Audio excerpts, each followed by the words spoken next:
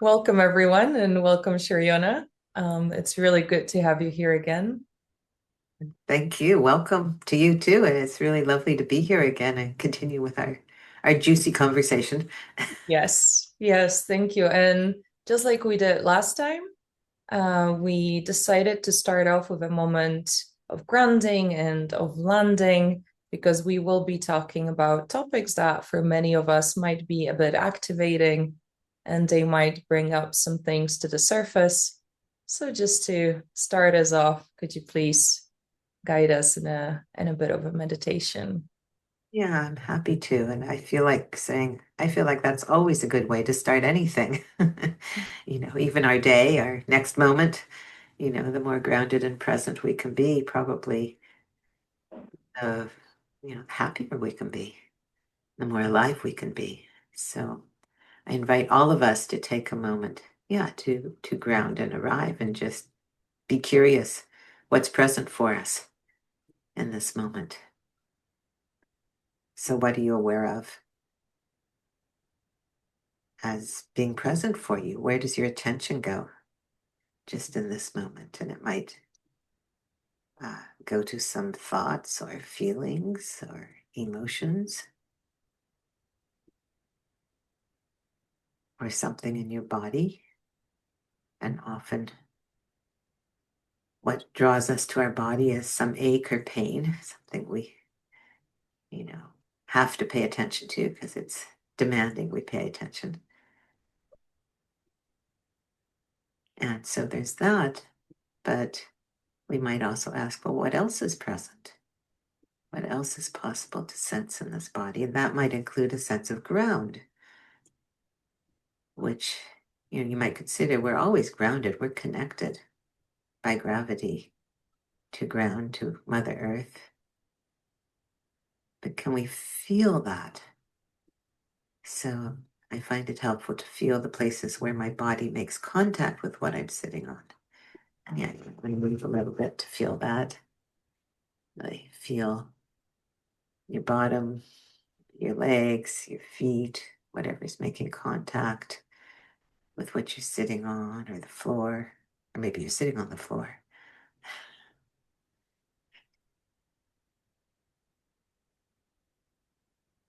You might also feel where your hands or your arms make contact, like mine are.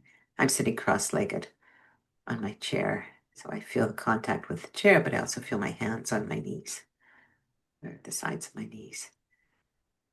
And as we orient to ground, I call this ground, these places of contact, we can also become aware of the weight of our body.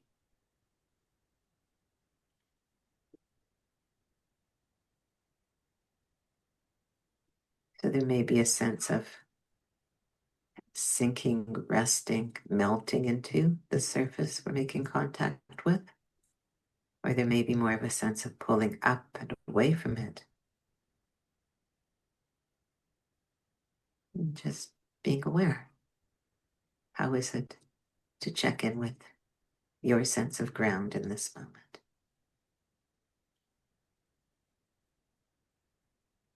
I notice as I do that, I find myself taking a deeper breath. You might be curious about your breath.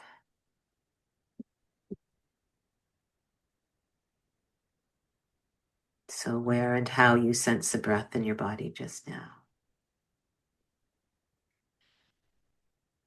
So, we're used to thinking of the breath as being in the chest, maybe in the stomach diaphragm area, or maybe going down to the belly. Some of us have been taught that belly breath is better than chest breath, but we need to breathe through the whole body.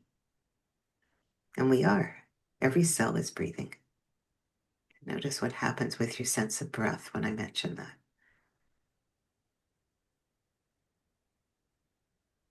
No, a more subtle awareness of breath can emerge as we pay attention to those places where our body makes contact with what we're sitting on or resting on. And that contact actually shifts slightly with each breath. So as we breathe in, our body volume increases a bit. As slight increase of pressure into those places of contact. And when we breathe out, a slight lessening of that pressure. There may be a sense of a rocking of the breath with the rhythm of the filling and the emptying. So there's the possibility of just resting in the breath. It's one of those things in the body that we can control, but it also is automatic. What happens when we bring our awareness to it without trying to control it, just being?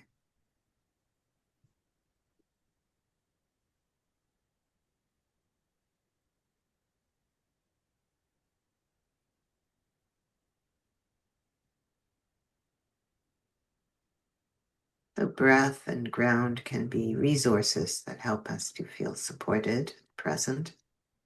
There may be something else that's resourcing for you. So I invite you to check in with what else supports you. I see the beautiful plants behind Magda and behind me, and I know mine are really a resource for me. And seeing yours are a resource for me also, Magda. Thank you. Very much so. Yeah, so resource might be something in nature or in the room that we're in. It might be somebody in our life. It might be something we love to do.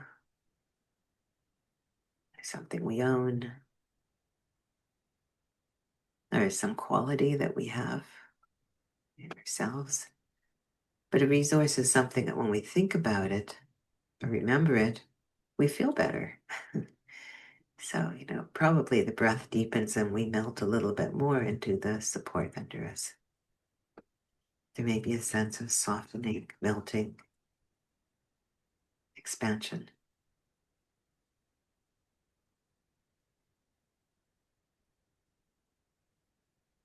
As we do that, we actually start to become a bit more like the little embryo that we're probably going to be talking about. But with our growing up resources. So that might be a good segue into the discussion. And I just want to remind anyone who's been doing this with your eyes closed to gently let them open as you're ready. Let yourself look around the space that you're in, see where you're at today. 2025 as we're recording this. It might be later if you're watching it later, but remembering your current age. And from here. Thank you. Yeah, thank you. How's that for you, Magda? Wonderful. Wonderful. When I work with clients, I oftentimes in different moments, I would say like to bring a bit more awareness to the space that we're in, to see when we are and where we are, which is exactly that, because when we do any sort of work, not just trauma work per se, but body work, breath work, meditation, it's very easy for us to dip into things that are written in our bodies.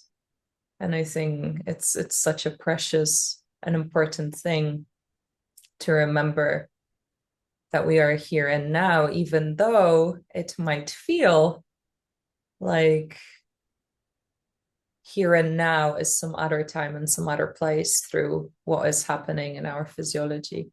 So I find that very helpful for myself and with my work with my clients as well. Great. Well, welcome. Yes, we mentioned and you mentioned how important welcoming is. So if someone has not yet seen the first part of our conversation about the prenatal shadow and prenatal psychology, I hope they will, because we covered a lot of really, to me, fascinating and I think very important concepts, and we're going to continue with that today. And you mentioned the embryo and the fact that when we're melting maybe a bit more and maybe there's more spaciousness that opens up, that we're more similar to an embryo. Could you expand on that a bit? What do you mean? Mm.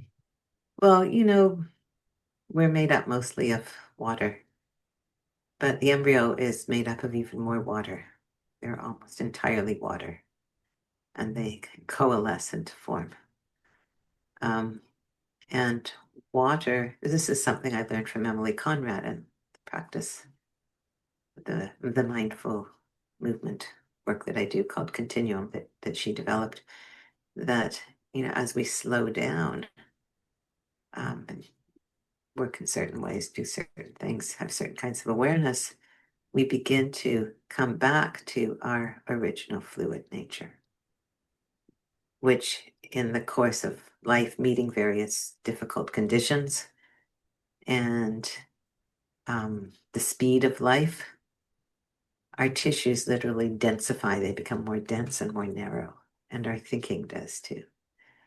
And that's important for functioning, but embryos aren't, you know, busy doing things. You know, they're growing and developing, and they're incredibly fluid. And initially, they're quite translucent. You know, they're hardly physical at all. They're becoming more and more physical.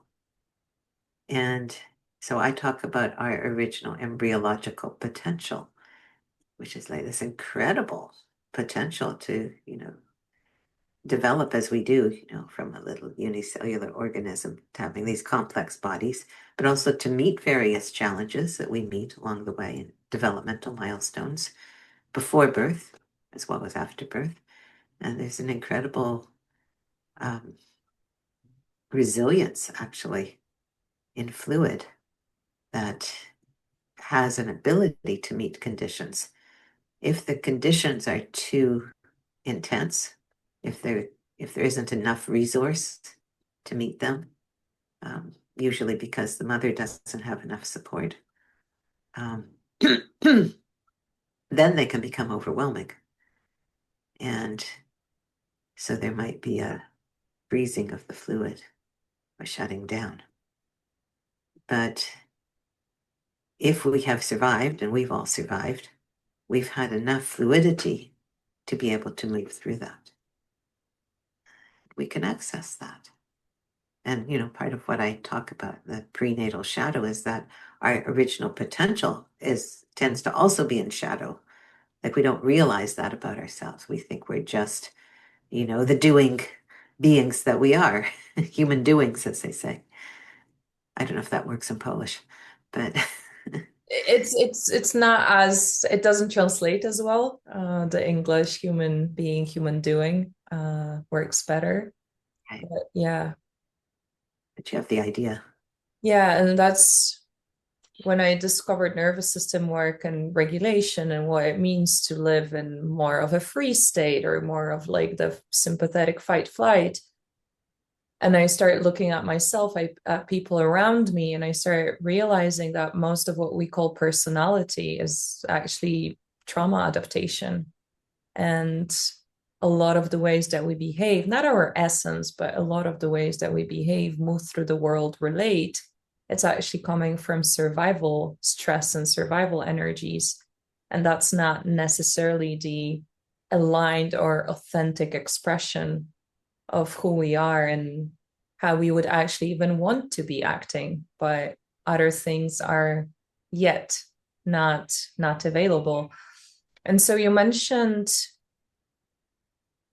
that if the embryo or the fetus, the baby, are not supported well enough, that usually means that the mother doesn't experience enough support.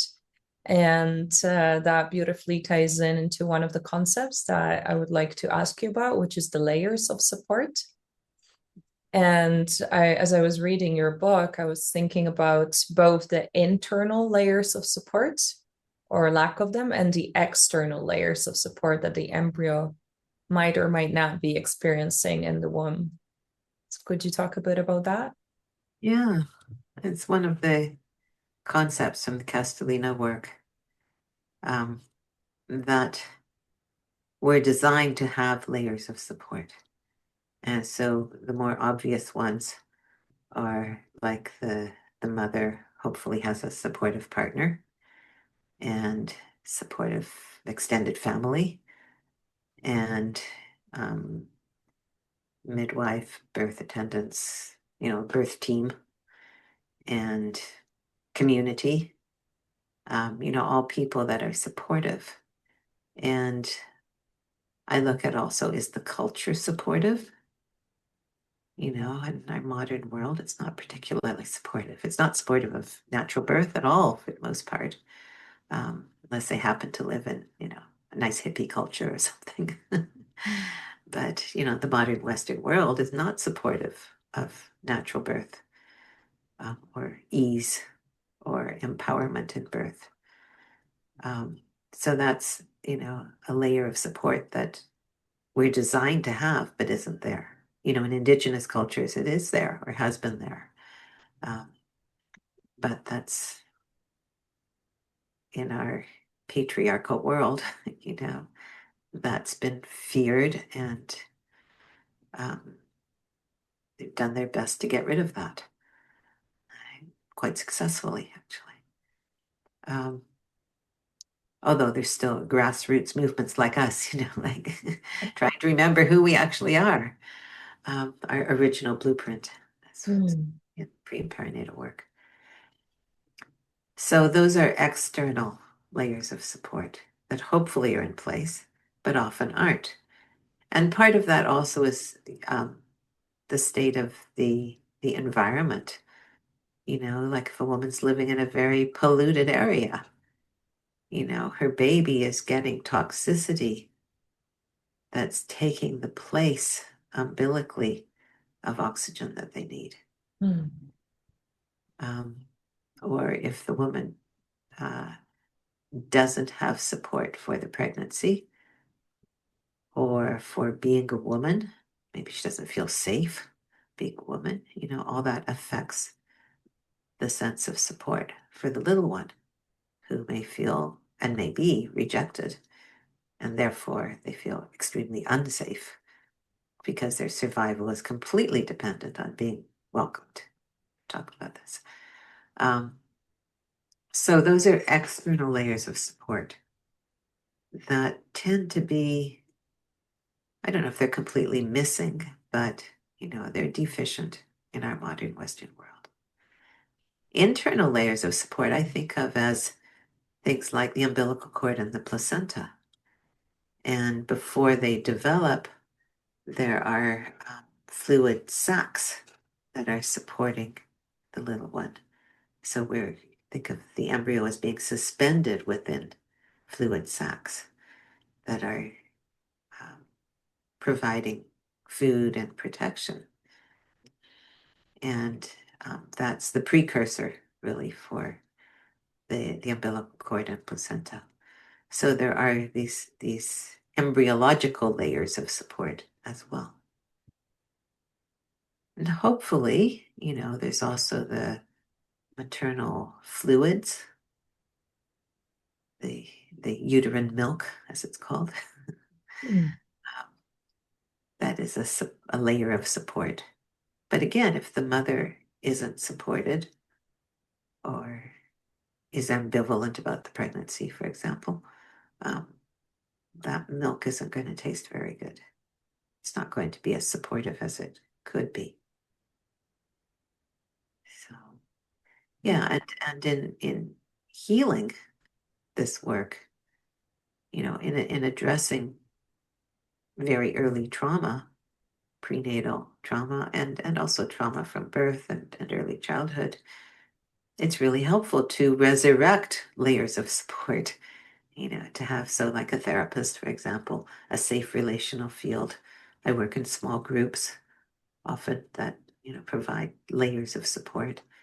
And I didn't mention ancestors as a layer of support. I mentioned extended family, but there's also ancestors, maybe spiritual support, all of that. And often that comes into, like when we're working in a small womb surround process workshop, there's often a sense of people in the group, in the surround, as we call it, holding those elements. So yeah, many dimensions. And then there's the whole cosmos, You know, that's a layer of support. Mama Earth is a layer of support. We can't live without those. We're part of them. So we are intertwined with our layers of support. Hmm. Yes, and one of the things that I was surprised to see, but that somehow made so much sense in your book, was the concept of a prenatal therapist. I think many of us who have gone into psychotherapy or different types of healing modalities, we've heard the term of the parentified child, or the child kind of taking the place of a potential partner or being emotionally supporting the parents. So that relationship already kind of gets distorted in many ways. But your book is the first place where I read the term prenatal therapist. So could you expand on that? Yeah, and it's not my term, but it's it floats around in the field of pre and perinatal psychology. I don't remember who originated that term. It's probably Frank Lake, who Hmm. was a pioneer in the field, but I'm not sure about that. Um, but yeah, many of us parentified children started that in the womb, it seems. And I agree that many of us who are therapists, we learn to do that in the womb. You know, I know that I learned to do that in the womb. And I'm grateful for what I learned. I wish I hadn't had to do that. But it's basically the idea that the child in the womb um, somehow perceives their mother is in need. And because they're completely dependent on their mother for their survival, they try to take care of her. And of course, a prenate isn't particularly capable of taking care of their mother, but they try. And they might try by staying as small as possible so they don't bother her. Um, you know, being as quiet as possible, or, you know, being the perfect prenate. um, you know, not causing trouble is a common one. Um, but there's a lot of feelings that can be associated with having to take care of your mother that early.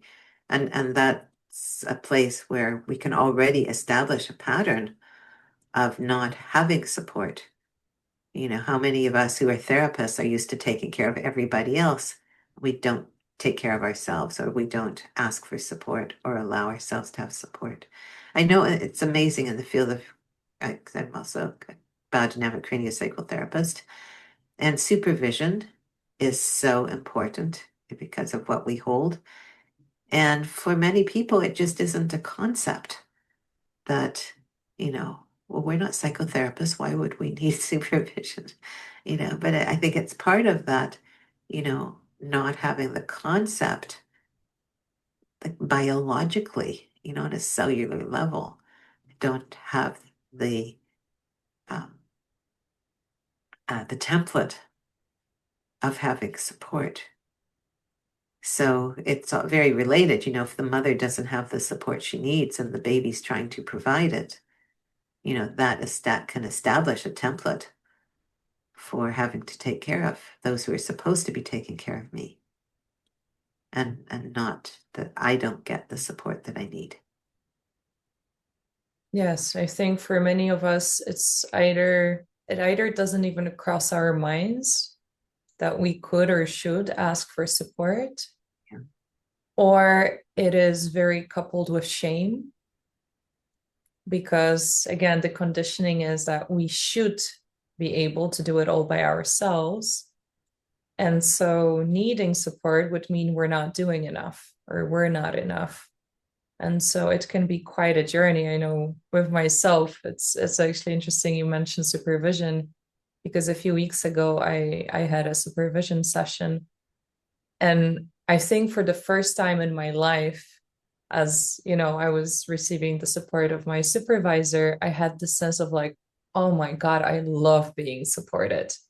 Amazing, isn't it? It's and you know, it was such a revelation because I have received many sorts of support, obviously, throughout my life. I'm not here because I didn't, but but yeah, to really sink into it and feel it and be able to receive it and be nourished by it versus feel shame or or being inadequate because of it. I think that's yeah, that was a very precious moment for me. And it's so recent. It's so recent on that level. You mean, Like uh, that sense coming from me from the inside of like, oh my God, I actually love this. This is great. Can someone else please support me? yeah, Like yeah. who else can I have on my team? Like who else can I, turn Yay. to? Can I Exactly. say something Sure. that might help you feel better? I'm in my 70s now, and I feel like I'm still getting it. It's been a gradual learning, but I think about my books, and I'm finding myself writing an autobiography, which I think will take quite a few years to write. But I joined a writing group, and I've been taking them chapters, and like we read something we've written and get feedback. And it occurred to me the other day that it's so helpful getting feedback. This is support, and I've never had that before. Mm. My first book, The Breath of Life, An Introduction to Cranial Psychobiodynamics, I did have my husband's support because he created the work, and he was right there, and he was encouraging me to write the book. So I asked him a lot of questions. So I had his support for that. Um, but um, my second book, I just wrote it. It's what I tend to do. I write something and then it's, hopefully published. Um, but this is a complete paradigm shift for me. It's like, oh, to have people actually give me feedback, and I want that feedback. I'm happy when they suggested I change something, although so far they haven't suggested too much. Um, it's like I realize this is support, and I can have that. Mm. And I actually have several sources of. I have a great supervisor who I work with as much as I can, way more than is required by my organization, because it's really supportive. And, I have various kinds of I have a therapist that I work with, and um, that it's kind of like a women's dance group that I feel is like therapy. It's like I have these things just to give me support, as well as, friends and various things that I do. It's like I've been realizing, oh, finally I'm getting it. I can have all that. These are all layers of support, and then they provide different kinds of support. Yeah, that's wonderful. That's wonderful to hear. And I'm definitely looking forward to your autobiography. Oh, me Uh, too. yeah, you've gone on a really long and rich adventure thus far, as far as I know. So it will be wonderful. And of course, in your books, you do mention, bits and pieces of your story. And I've listened to a few of your other interviews.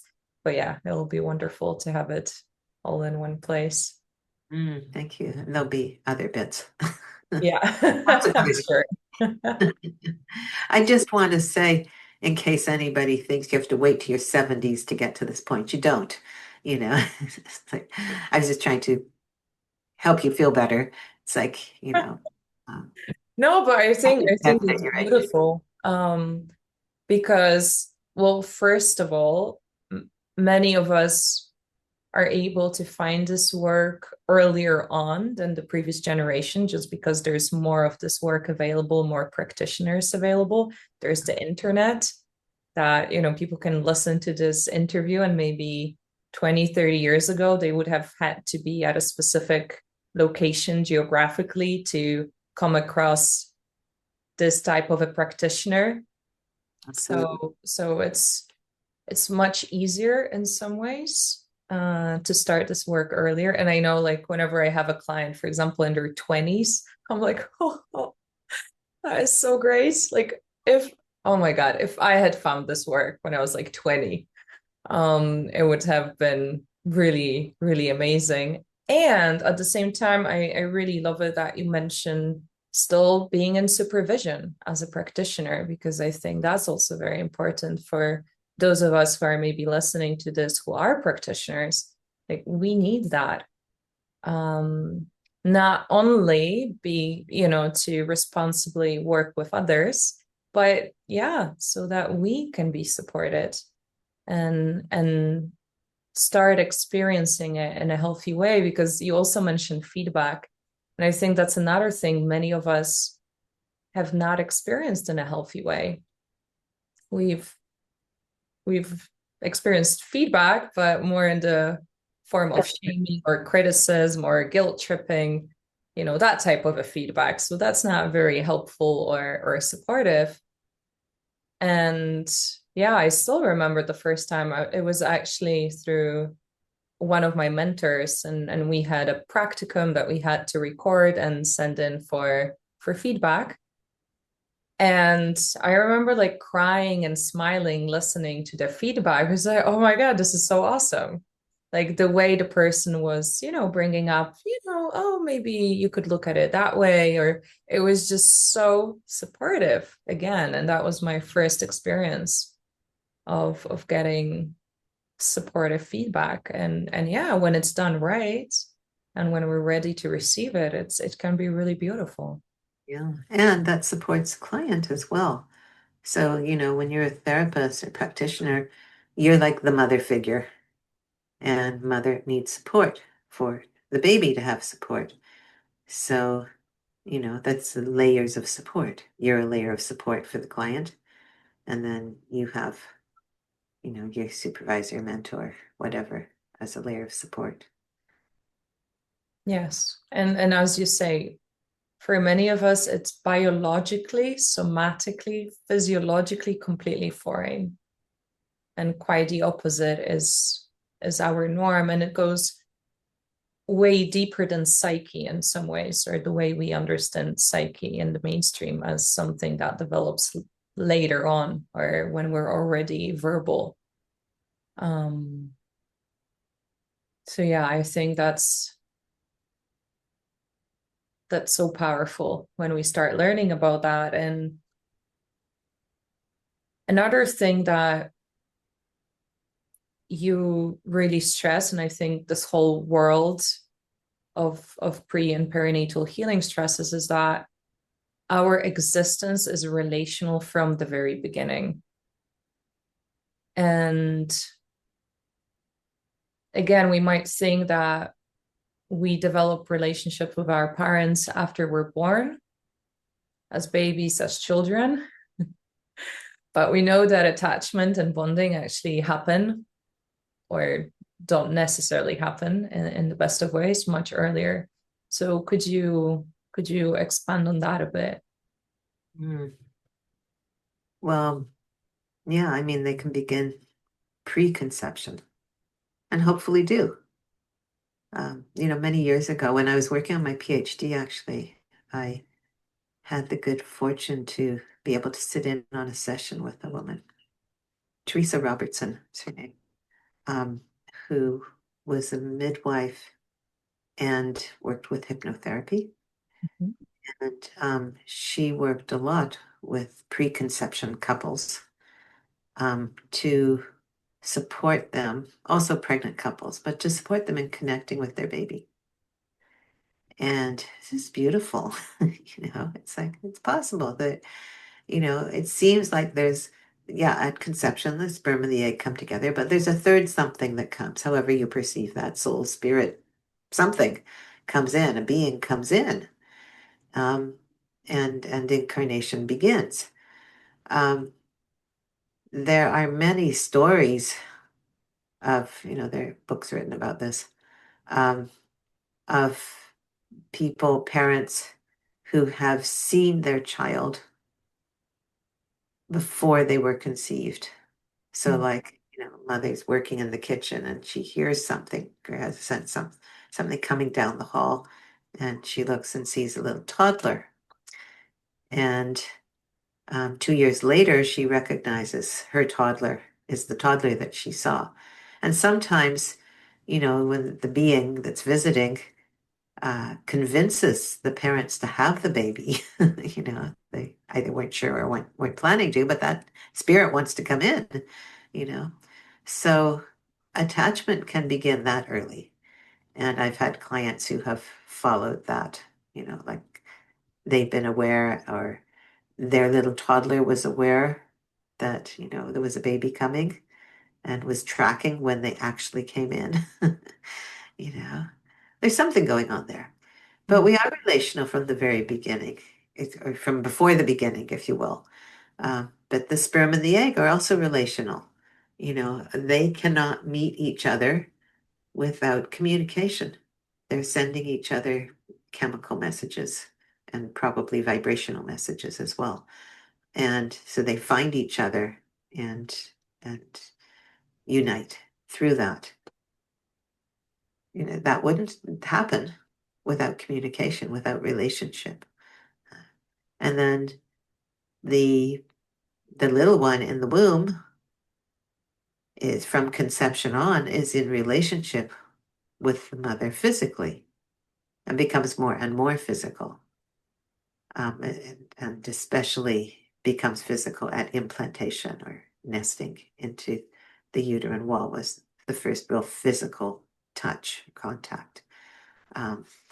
But even before that, the little one is within the maternal fluids, within her energy field, within her body. And how can there not be a relationship there? I'm just having the image of being in a swimming pool and there's other people in the pool. We might not be talking with them, we might not know them, but we're in relationship with them. Our bodies are in relationship with them, and we are aware of them. So we either keep our distance, or if they're a friend, we get close to them. That's relationship, and there's communication on a somatic level there, whether we're thinking about it or not. And I think that beautifully leads us into the next little piece, specifically the fact that we are communicating even without thinking about it. And sometimes what we're thinking is actually not what we're communicating, or what's happening in our body and in our physiology. And one of the points that you raise in your book is that the experience of the baby inside the mother's womb can be very different to the mother's perception of what is happening in her body. So here we come into a term, a concept called neuroception. And that basically the fetus is the baby's experience of whether something is safe or not can be different than the mother's cognitive understanding and then her physiological neuroceptive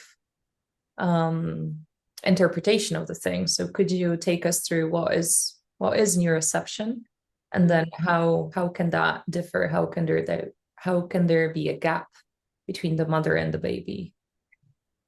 Well, interesting question, interesting territory. So yeah, the term neuroception comes from Stephen Porges, who looked at our polyvagal nervous system. And basically it's about how our nerves, our nervous system perceives danger or safety, which, as you say, may not be the same as our conscious perception. So if our nervous system perceives danger, it's going to go into some kind of stress response. Okay. And that includes little ones in the womb they do it like this, They can't fight or flee, although that energy can be there. It can freeze, and usually they shut down, they dissociate. But there's some kind of reaction even before the nervous system develops. Actually, cells can contract, withdraw when they sense danger as well. And that can become, again, a template for how the nervous system develops. But what can happen is, as you say, the mother might not be perceiving danger. So it might be something that she's just so accustomed to, it doesn't occur to her that there's anything wrong with it. And, or she might even be enjoying it. Like I think I mentioned in the book, a woman going to a rock concert and coming out with broken ribs because her baby was so agitated by the music that they kicked and broke her ribs. Right. So she probably was there because she was enjoying the music. The baby obviously wasn't enjoying the music. Or maybe they were dancing so hard that they, broke her ribs. But I think babies get agitated when they're agitated. Um, they're not really designed to be like that. But a more common example is, um, a woman living in a busy modern city, and she commutes to go to work. So she gets on uh, a train, or she's driving in, intense traffic jams, and all that. There's going to be probably stress involved in that, but that's her everyday life. Especially if she takes the train, she's sitting there, maybe she's sitting there listening to music, you know, but her nervous system is going to be activated because that's way speedier than what we're designed for. Compared that, excuse me, to taking a walk in the woods, you know, which is what we're probably designed for. Very different quality, right? So the baby is reacting to that speed of life, that for the mother is totally normal. She doesn't think about it, right? But the baby is affected by it. The mother's stress level is going to be affected by her environment, whether she's aware of it or not. And especially if she has earlier trauma that has set her nervous system to be extra sensitive. It's like her nervous system's going to be doing this, and to her, that's just normal. But for the baby, that's a stress reaction. That's going to create stress in their system. And so that means that the mother is probably going to have higher levels of cortisol, the stress hormone, than are ideal. And we know that women who experience extreme or chronic stress, that their babies are born with altered levels of cortisol. Oops, that's not a thumbs up. That's a thumbs down. Does it do a thumbs up? Zoom agrees. Yes, that's what happens. Oh, is that what it's saying? I don't want that to happen. So yeah, so the baby's the baby is preparing to live in their mother's world, very intelligent. And so they neuroceive that there's stress or danger out there, and they prepare for that.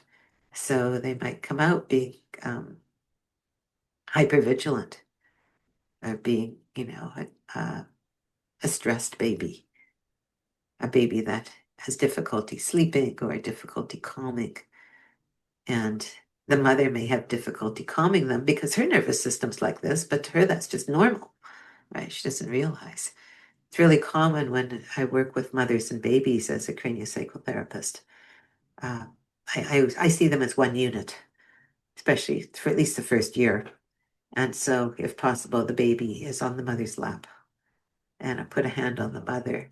And if the mother calms with that, usually things resolve for the baby just like that. It's quite amazing because they're co-regulating. They're regulating in relation to the mother, which comes back to the attachment. If I didn't mention this part, if the baby feels rejected in the womb, they're going to have more difficulty feeling safe with the mother and feeling attached to her. Right? And that may not be a conscious process for the mother at all.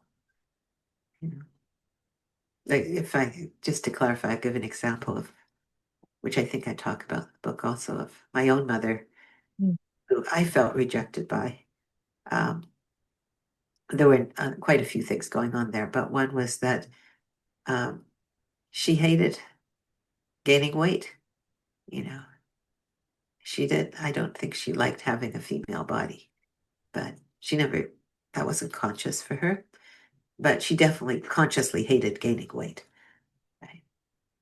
And guess what happens when you're pregnant, And guess who'd be responsible? It's like, well, um, if she's rejecting the gaining weight, she's rejecting me.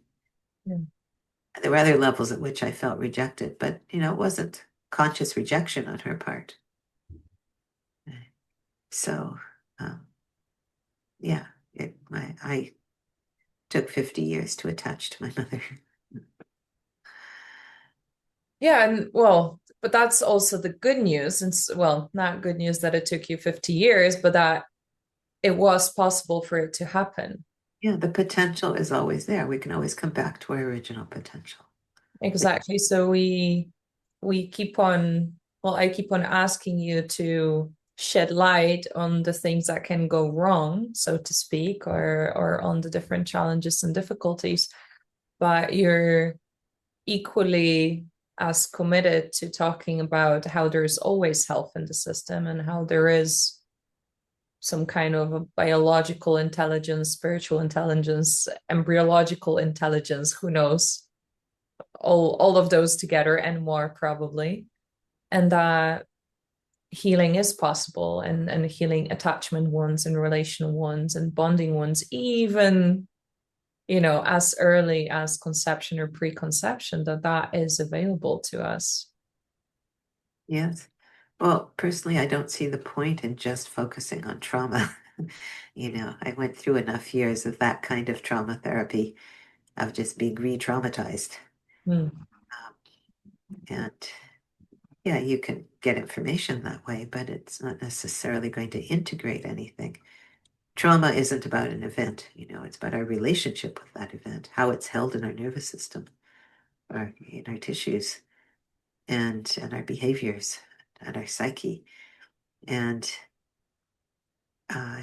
to shift that relationship, I think requires that we also have a sense of something else being possible.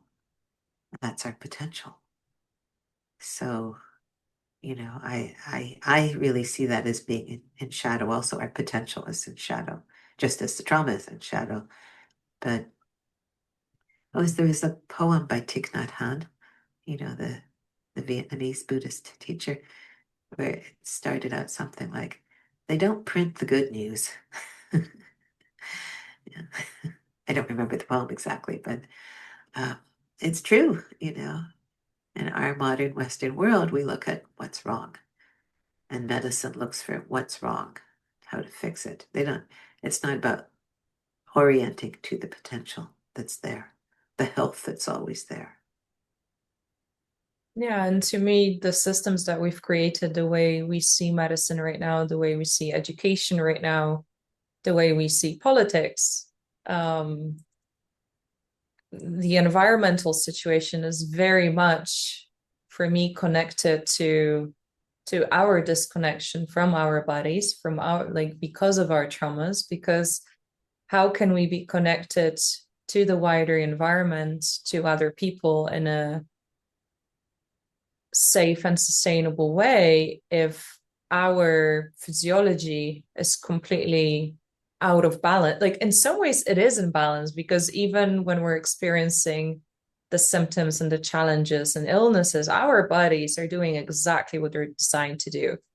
They're not making mistakes, they're not broken. It's just that they're operating on information that maybe is no longer optimal. But they're doing exactly what they're keeping us safe. And whether that's through addiction, through self-isolation, through running away from relationships, through being codependent in relationships, through all the different tumors that we manifest, that's still our body trying to keep us safe. And yeah, as we know, over time, taking care and working, taking care of our safety when that's maybe not objectively needed, and going to those stress responses and to those survival responses when we're actually objectively not in a life-threatening situation, that just takes its toll on the body and on the system, right? Yeah, definitely. And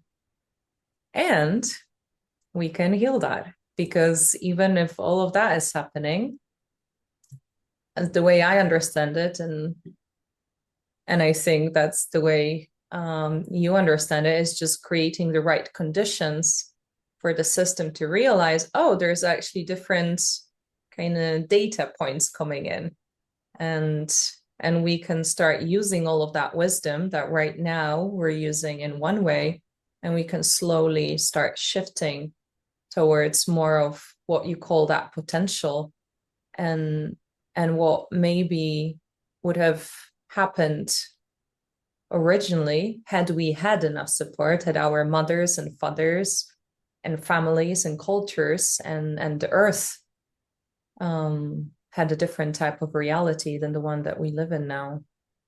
Yeah. And, yeah, I appreciate what you say. And I come back to Stephen Porges. I really appreciated how he pointed out that we have defensive nervous systems, our sympathetic fight flight, and our parasympathetic.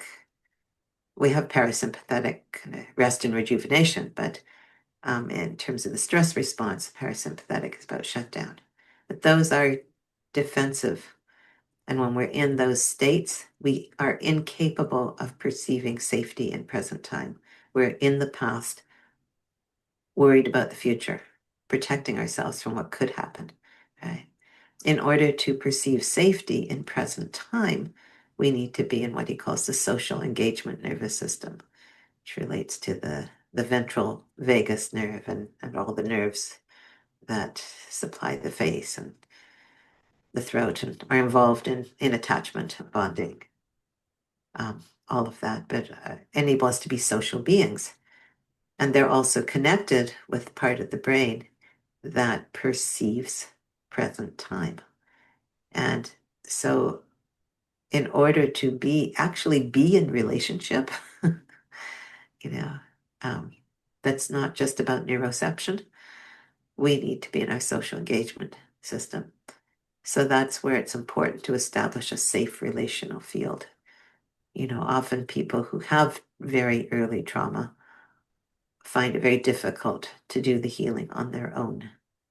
There are somatic things we can do. There are meditations we can do and all of that. And that can help. And it helps to settle our nervous system so that our social engagement system can come to the foreground. But since the little one is dependent on relationship for survival, often what is needed for the healing is something in relationship. The social engagement system wants to be in relationship.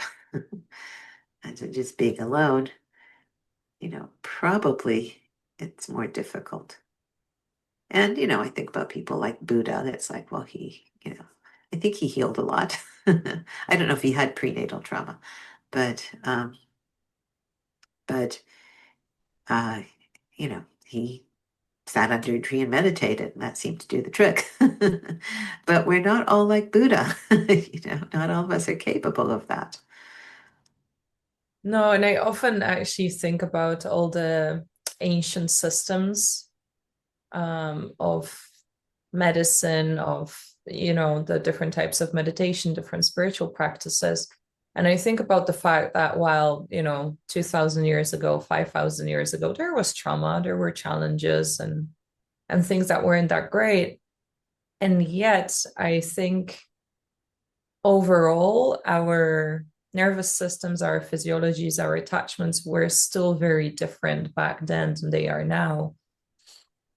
And I often think that in some ways, it's not a surprise to me that some of those systems, while there can be very, very supportive with certain levels, and they can definitely be one of the layers of support, that might not be enough for us in the modern world, because we are dealing with circumstance and conditions that people 2,000 or 5,000 years ago, or even 200 years ago, didn't have to deal with, like the fast-paced modern urban city life, like you mentioned, right? As one of the things.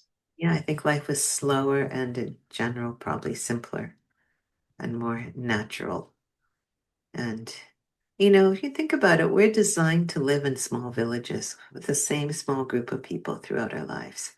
I mean, just the number of people that we meet in our lives. And these days, that's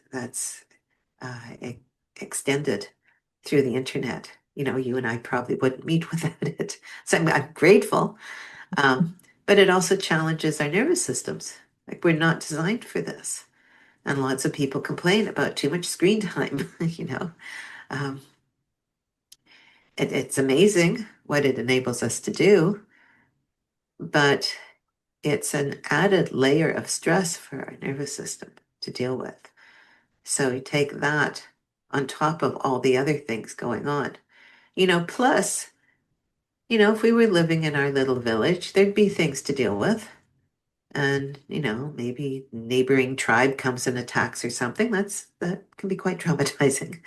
Um, but now we have that happening on a global scale. So if a neighboring tribe or a tribe from across the planet decides to attack, we all hear about it. We're all exposed to news from around the world. And, probably I try to limit my reading of the news each day to maybe 20 minutes in the morning. And I'm just thinking like that 20 minutes of exposure to everything going on in the world is probably more stress than, my ancestors long ago went through in their little village in an average lifetime. Probably. Yeah. Yeah. Yeah. And I think, as you mentioned, like there are things that we can do by ourselves. And one of my mentors, teaches the tools and has really very supportive, very valuable things. And the farther I go in my own process, the more I understand that there's only so much that we can do by ourselves. And yes, we can heal different things, we can reverse symptoms. There's so much we can do with really good, deep somatic work, even if it's done in the comfort of our own home. But the deeper imprints, the attachment, the relational imprints, we need another human being. And as you say, like for many of us, that's what we will need. And yet, paradoxically, that might be the thing that we'll be running away from most because it just doesn't feel safe to be with another human being and doesn't feel safe to receive support. Well, that brings me back to the concept of shadow. Hmm. That when we have, unconscious shadow going on, things we've repressed, um, there's usually resistance to looking at them. And being with someone else means, they might be able to see it and come back to feedback, might be very nice feedback, but we don't want to receive it because it points out something we've been trying probably unconsciously to hide from all our lives. And that isn't comfortable. So, whenever light is shone on shadow, there are people that are rejecting that. It's kind of dangerous work doing shadow work, writing a book about shadow. It's like, um, we'll see what happens. But, people don't like being shown who they are. Hmm. And that's part of why I try to be gentle in how I communicate about this. So I don't get shot, but also so it doesn't have to be painful and re-traumatizing for anyone. It's helpful to come back to our resources, our support, where we do have support. And that gives us more strength to be able to face what's been difficult to face. so that we can integrate, we can come back to wholeness, being in relationship with all of our parts, being in relationship with the whole of who we are. Yeah. It's quite a journey. Yeah. And I know for myself, like probably the main piece is shame, that luckily there is less and less of it.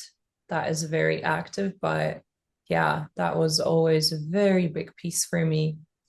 And again, at first I thought it just came from, when I was a child and then later in life. And then I realized, oh no, actually it goes.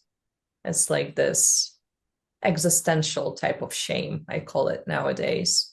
And it seems to be so kind of bundled up with fear and with freeze that it's like a trinity. I no longer see that type of shame as just shame.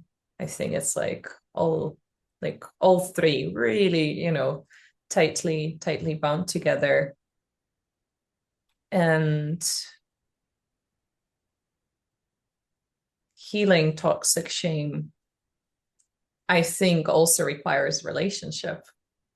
And it requires being seen and being welcomed and being mirrored and witnessed and just accepted with all of that and shown support in that. And yeah, I know that for me, that's probably been one of the biggest pieces preventing me from being able to actually, have a look at my own patterns and be able to not only point fingers, for example, at ex-partners or at certain situations in my life and actually be like, oh no, wait a moment. I did do that and I did do that. And oh my God, I did that as well. Oh, Um, good. but it's only through that process that, as you say, we can start actually seeing the things that we never wanted to see because they were too difficult in many different ways. And I think that's why the education is so important.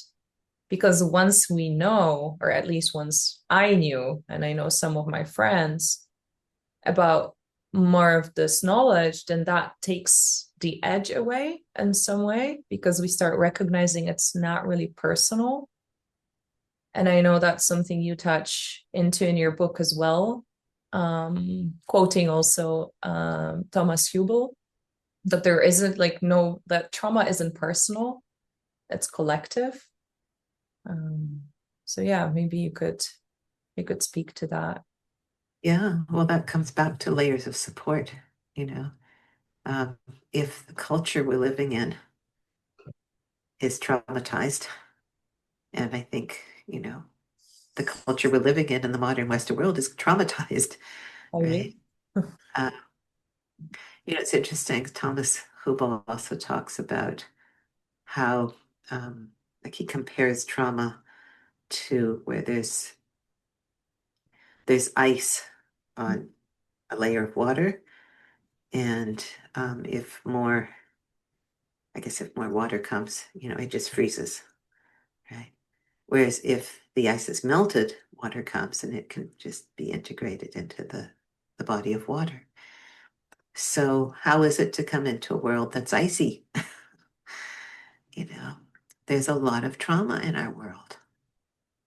And again, as prenates, we're preparing to live in the world of our mother. And if that's a traumatized world, it's intelligent for us to orient to that trauma and be prepared for it and expect it, even on a tissue level, a nervous system level. Right? So we do. And that's the world our babies are coming into.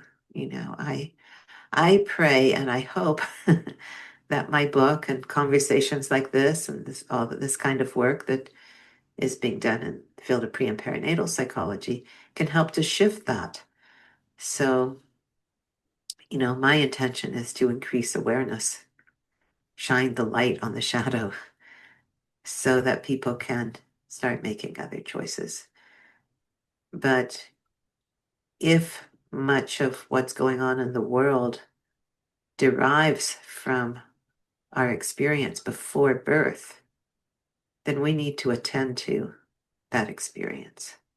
And also at birth. We know that birth is traumatizing for many mothers, families, and certainly their babies. And, that's not going to be done differently until the people in charge of birth do their own work, in my opinion. They need to have some awareness, at least, of the harm they're causing. And prenatally, the more parents to be, which is before conception. People talk about pregnant parents as being parents to be. Well, no, they've already been parents for some time. People become parents the moment, in my opinion, the moment they consider having a child. They're already a parent.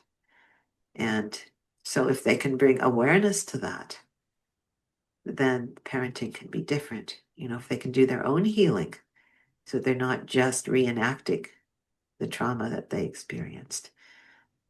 If they can find support within their traumatized world, just acknowledging that there's trauma around them, that this isn't normal, can be helpful. So then we can do things to support ourselves. But that requires having some awareness. And the other thing I find incredibly helpful is mindfulness. And I work with somatic mindfulness. And what I find extremely helpful there is it's about awareness. And it's awareness without judgment. It's awareness with curiosity, being present with what is. And as we practice that, we develop more ability to be with what is. So that when the shadow emerges, we have more ability to be with it rather than to react to it or judge it or run away from it, right? Or stuff it down again. So curiosity. I'd love to see a world where the curiosity that little ones naturally have is part of our culture. Right now, education is mostly about training children to think and perform in accepted ways, be socialized. And there are aspects of that are important. It's we have language so we can communicate verbally. That's a useful thing. But surely we can develop that without squelching the curiosity and the natural intelligence that children have. And that's often already trampled on before birth as babies are in protection mode. So I think that needs to change if we want to change our world. And if we want to save our world, I think we're treating Mother Earth the way we felt treated by our mothers before birth. Yeah, I really love that connection that you make in the book, because before I found nervous system work, I was very invested in deep ecological frameworks and searching out different indigenous frameworks, and very disillusioned with our culture, or most of our culture, the dominant one. And I remember when I came across it, I was like, well, duh, obviously, it's so connected. I cannot be appreciative and understanding of the more than human natural world if I'm not in alignment, in understanding, even embodying my own piece of ecology, which is my body. And so for me, this nervous system work, somatic work, now pre and perinatal work, that's social justice work. It's deep ecology work, because to me they're one and the same, because after all, this is Mama Earth. I'm a walking ocean and a walking forest, just in a different form. So in that way, I also really loved seeing that piece, that thread really woven through your book, this understanding that the ecological situation is that it's another reenactment. In our first talk, we talked a bit about prenatal or natal reenactment, that if we haven't healed certain experiences, we'll just keep on bringing them about as children, as teenagers, as adults. And yeah, you talk about how basically we're doing the exact same thing. We're reenacting by how we treat the environment and what we're doing. We're kind of bringing in that toxicity level that we experienced in the womb. Yes.